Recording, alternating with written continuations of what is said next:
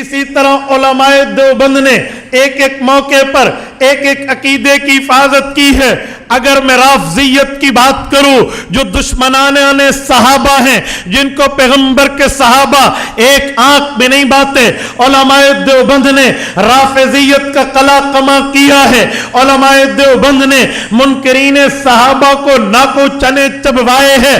اگر آپ نے اس پر محنت دیکھنی ہو، آپ قاسم العلوم والخیرات بانی دارالعلوم دیوبند مولانا محمد قاسم نانوتوی رحمہ اللہ کی کتب کو دیکھ سکتے ہو. اس وقت مسئلہ اٹھا حضور پاک کی میراث کا مسئلہ کیا ہے، کیا میراث پیغمبر تقسیم ہو سکتی ہے یا نہیں ہو سکتی، رسول اللہ کی میراث ہے یا نہیں ہے، رسول اللہ کی میراث کا معاملہ کیا ہے. رافضیوں نے مسئلہ اٹھایا، حضرت نانوتوی رحمہ اللہ نے آب حیات لکھ کے ان کا منہ بند کیا ہے. اسی طرح ہدیۃ الشیعہ لکھ کے اس مسئلے کو بیان کیا ہے. لوگوں نے سوالات کیے، اجوی باربعین لکھ کے اس مسئلے کو ثابت کیا ہے.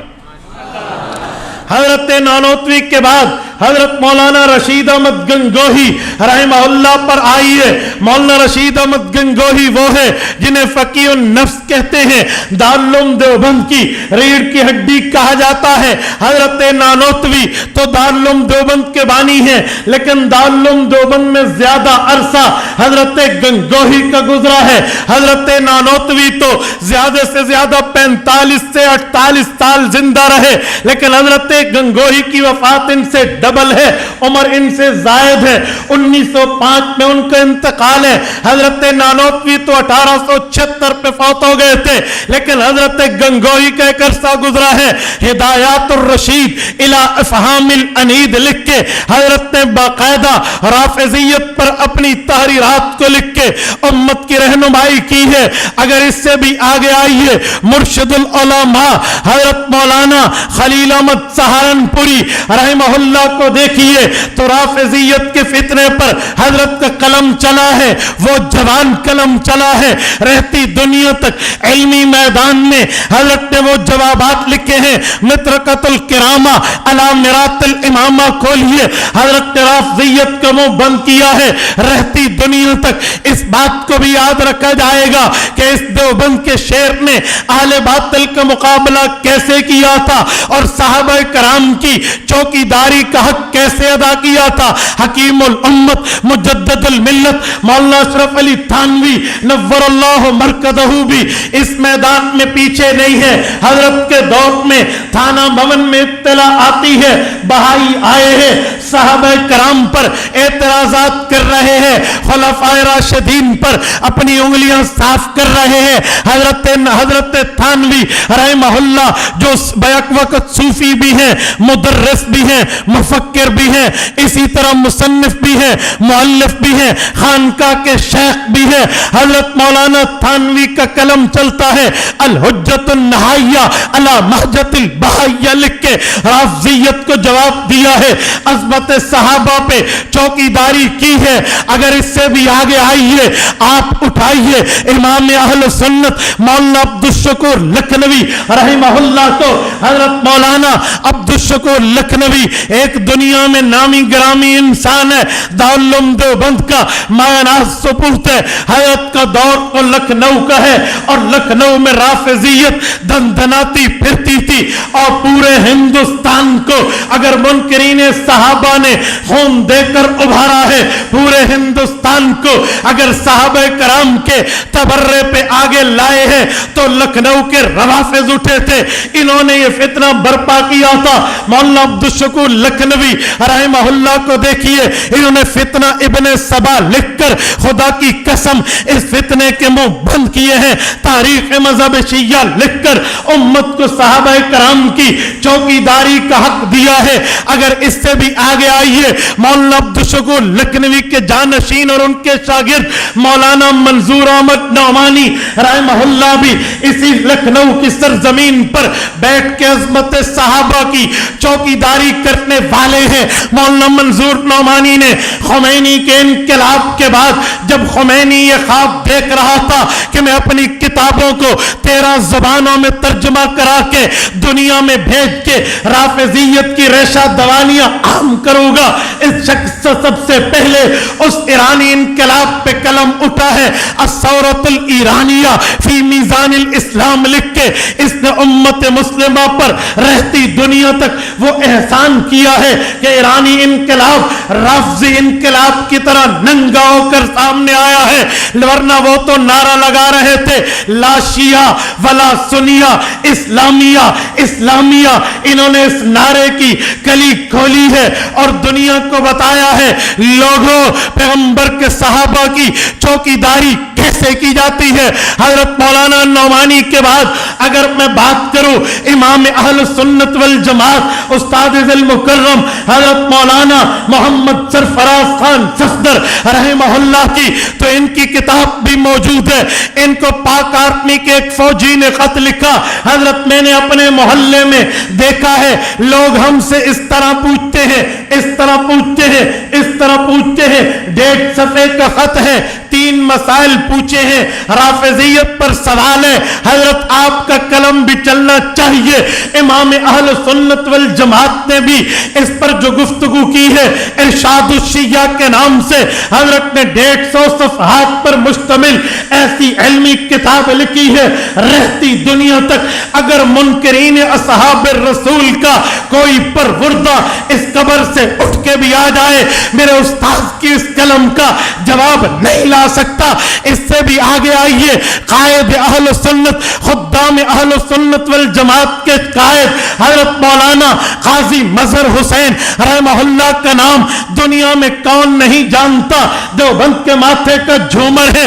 اس شخص نے بھی سنی مذہب حق ہے لکھ کے صحابہ کی چوکیداری کی ہے، بشارت الدارین بالصبر علی شہادت الحسین لکھ کے صحابہ کرام رضی اللہ عنہم اجمعین خصوصاً پیغمبر کا خاندان، پیغمبر کے نواسے، شہید کربلا، شہید اصحاب رسول، شہید اہل بیت، حضرت علی المرتضیٰ کے لخت جگر، حضرت فاطمہ کے نور نظر، حضرت حسین ابن علی رضی اللہ عنہما کی شہادت پر جو صبر کا دامن امت نے نہیں چھوڑا، اس نے اس کی ترجمانی بشارت الدارین بالصبر علی شہادت الحسین لکھ کے امت کو جو بتایا اور سمجھایا ہے، یقین مانیے رہتی دنیا تک عقل دنگ رہ جاتی ہے۔ پھر سوال اٹھتا ہے اصحاب رسول کی بات کے بعد اہل بیت شہید ہوئے ہیں، حضرت حسین شہید ہوئے ہیں، کربلا کے لوگ شہید ہوئے ہیں، نہتے شہید ہوئے ہیں، ظلمن شہید ہوئے ہیں، تم سنی ان پر ماتم کیوں نہیں کرتے؟ حضرت نے مستقل کتاب لکھی ہے، ہم ماتم کیوں نہیں کرتے؟ اللہ کا قرآن بطور دلیل لائے ہیں، حضور پاک کا فرمان بطور دلیل لائے ہیں، اور اسی طرح امت کے اولیاء، اصفیاء، اتقیاء، فقہاء، مفسرین، محدثین، علماء کے حوالہ جات کو بطور تائید لا کر امت کے سامنے اس مسئلے کو حل کر کے رکھ دیا ہے۔ اس سے بھی آگے آئیے، جنگ کی سرزمین سے اٹھنے والے فاضل دارالعلوم دیوبند محقق الاطلاق مولانا محمد نافع رحمہ اللہ کو کون نہیں جانتا، جس شخص نے محمدی شریف کی بستی میں بیٹھ کے امت مسلمہ کو پیغمبر کے صحابہ، پیغمبر کی اہل بیت کی وہ محبت کی داستانیں بتائی ہے، واقعات سنائے ہیں، دلائل سے استدلال کیا ہے۔ کتاب کا نام ہے رحماء بینہم، جلد اول بھی ہے، جلد دوم بھی ہے، جلد سوم بھی ہے۔ اس نے اپنوں اور پرانوں کے، اپنوں اور پرایوں کے حوالوں سے ثابت کیا ہے پیغمبر کے صحابہ، پیغمبر کی اہل بیت آپس میں بھائی بھائی تھے، شیر و شکر تھے، دوستی تھی، یارانہ تھا، محبت تھی، الفت تھی، یگانگت تھی، پیار تھا، نفرت نہیں تھی، بغض نہیں تھا، غصہ نہیں تھا۔